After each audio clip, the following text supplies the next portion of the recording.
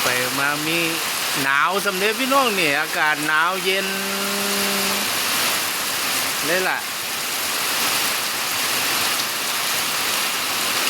เสียผ้าไว้แห้งยักเสียดอกพี่น้อง ตากไว้เนี่ย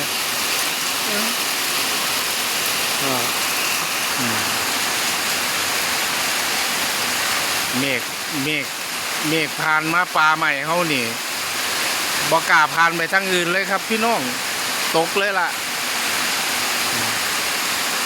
ตก